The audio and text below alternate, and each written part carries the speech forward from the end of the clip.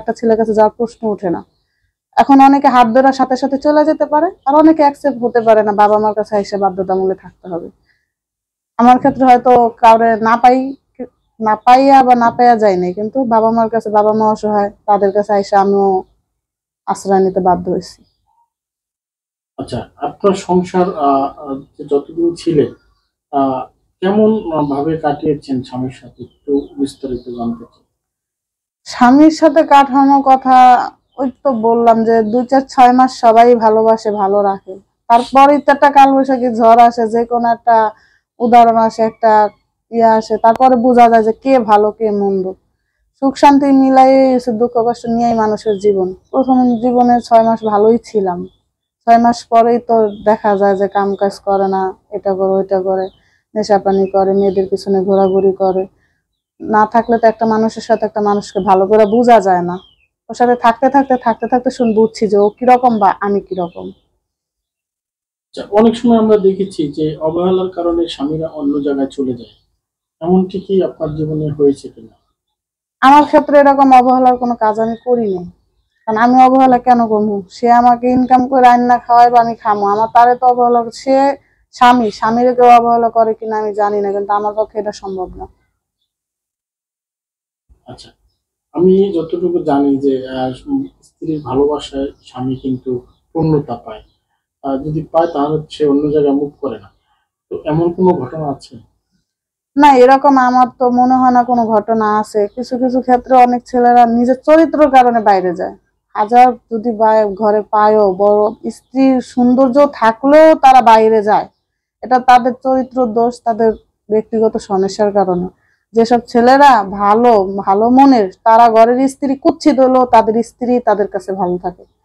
আর যারা দেখেন চোখের নজর ভালো না, তারা বিশ্ব সুন্দরী ঘরে থাকলেও তাদের দিকে চোখ থাকে না। এখন আপনি কিভাবে বুঝবেন যে ভালো আর মন্দ? কিভাবে? এখন আমাদের থেকে যদি আরেকটা নারীর কাছে যাওয়ার ইচ্ছা থাকে, তাহলে আমার অনেক কিছুই ধরা যাইব, আমার অনেক খারাপ কিছুই তার চোখে আসবে। অবশ্যই আমি কিন্তু খারাপ কিছু করি নাই, কিন্তু ও বলবে আমি খারাপ করছি, কেন বাইরেও যেতে হবে? আর যারা বাইরে না যাওয়া, তারা যদি হাজারও কয় যে তোর বউ ভালো না খারাপ, খারাপটা নিয়ে থাকার জন্য চেষ্টা করবে।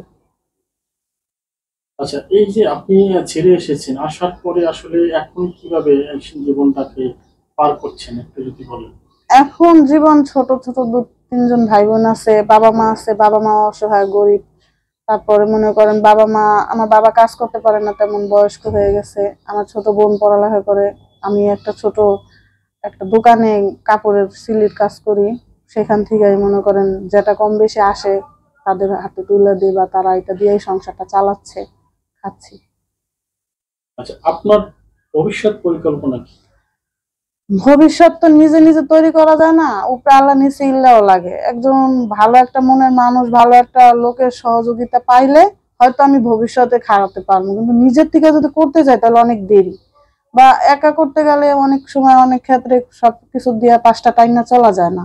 এখন একটি নারী একা এতদিন কিভাবে ছিলেন, সামনে কিভাবে পার করবেন একটু যদি বলেন। এখন একা থাকাটাও মুশকিল, আবার থাকতে বাধ্য। কারণ আমার ফ্যামিলির দিকে তাকাতে হবে, আমার ফ্যামিলি যে আমার একটা কাজ করতে হবে। আমি যদি এখন আমার ভালোটার দিকে চাইতে যাই, তাহলে অনেকেই যাওয়া যায়, অনেকেরই হাত ধরে চলে যাবে, কিন্তু সবার ক্ষেত্রে তো আর সবাই সবকিছু হয় না। আর ভালো সুখ তো নাও পাইতে পারি সুখের আশায় যায়।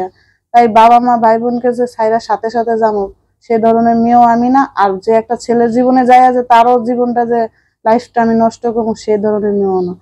আমি চাই সবসময় ভালো থাকতে, ভালো চলতে, ভালো বাসতে মানুষকে। দূরে চলে যাবেন? না না, এইরকম হলে তো অনেক আগেই যেতাম। এই যে বললেন হাত ধরে চলে যাবেন। ভালো একটা মানুষ পেলে হাত ধরে চলে যাবো না, তার হাত ধরে সবকিছু ঠিকঠাক কইরা হয়তো সংসার লাইফে আবার পা দিব। আমার ফ্যামিলি আছে, আমার ফ্যামিলিটা দেখতে হবে যে আমার ফ্যামিলির দেওয়ার মতো কিছু নেই। হয়তো গরিবের মুখে তুল্লা দেওয়া ভালো, ছিনায় নেওয়া ভালো না।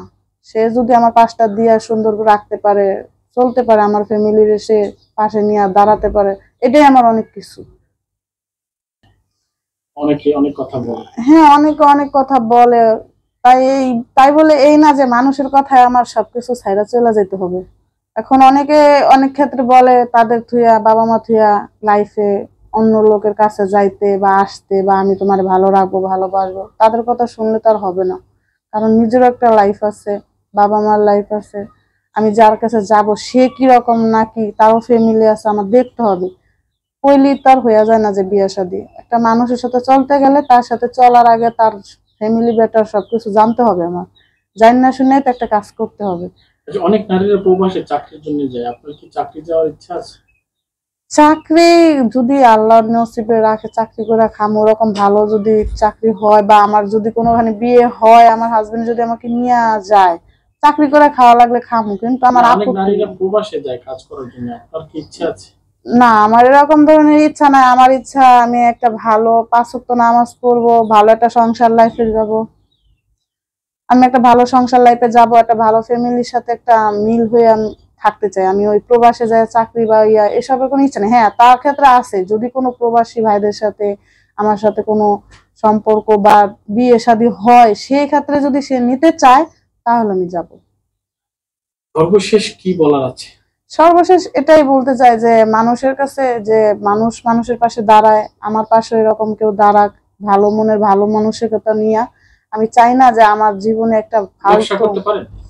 ব্যবসা বাণিজ্য করার ইচ্ছা মানে আছে, আগ্রহ আছে, কিন্তু আমার তো ক্যাশ নাই। আমার ক্যাশ থাকলে আমি হয়তো ব্যবসা বাণিজ্য নিজে এই যে কাজ জানি, একটা দোকানপাট দিতে পারতাম, 2টা 4টা মেশিন হলে আমি একটা যে কোনো একটা ব্যবসা ক্ষেত্রে প্রতিষ্ঠানে আমি দাঁড়াতে পারতাম, কিন্তু আমার ওই সহযোগিতা করার তো আর কেউ নাই। যদি কারো ভালো লাগে মনের থেকে স্ব ইচ্ছায় আমার পাশে দাঁড়ায় আমার যদি সহযোগিতা করে, আপনাদের মাধ্যমে হোক আমার মাধ্যমে হোক, আমি তাদের কাছে এটাই চাই যে একটা অসহায় ফ্যামিলি সহায় দাঁড়ানোর জন্য, তাদেরকে আমার পাশে দাঁড়ানোর জন্য। দর্শক শুনছিলেন এই বোনের আসলে কষ্টের কথা, কথাগুলো কিন্তু ভিতর থেকেই আসছে, অনেক কষ্ট নিয়ে বলছেন। আর তার একটাই আশা, তিনি আসলে ভালোভাবে বাঁচতে চান। তো সর্বশেষ বিদায় নেন, যদি কিছু বলার থাকে। কি আমার বলেন? কাছে এতটুকুই বলার যে আমি আমার ব্যক্তিগত লাইফের কিছু কথা বলছি, সুখ দুঃখ সবকিছু নিয়েই আমি আপনার কাছে প্রকাশ করছি, আপনার মাধ্যমে আসছি। ভালো মন্দ কেউ যদি আমার পাশে দাঁড়ানোর হয় বা আমার যদি সহযোগিতা কথার মাঝে করতে ভুল হয় বা থাকে। কথার মাঝে যদি কোনো আমার ভুল থাকে তাহলে আমাকে সবাই মাফ করে দিবে। আর আমার ভালো যদি চায়, ভালো রাখতে চায়, এই গরিব অসহায়ের পাশে দাঁড়াতে চায়, তাহলে আপনাদের মাধ্যমে যোগাযোগ করে আমার সাথে যোগাযোগ করতে পারবে। অনেক ধন্যবাদ। দর্শক, এই প্রোগ্রামটি অবশ্যই শেয়ার করে দেবেন এবং যা কিছু আছে ভালো মন্দ যাচাই করে আপনারা একটা পদক্ষেপ নেবেন। সবাই ভালো থাকুন, সুস্থ থাকুন।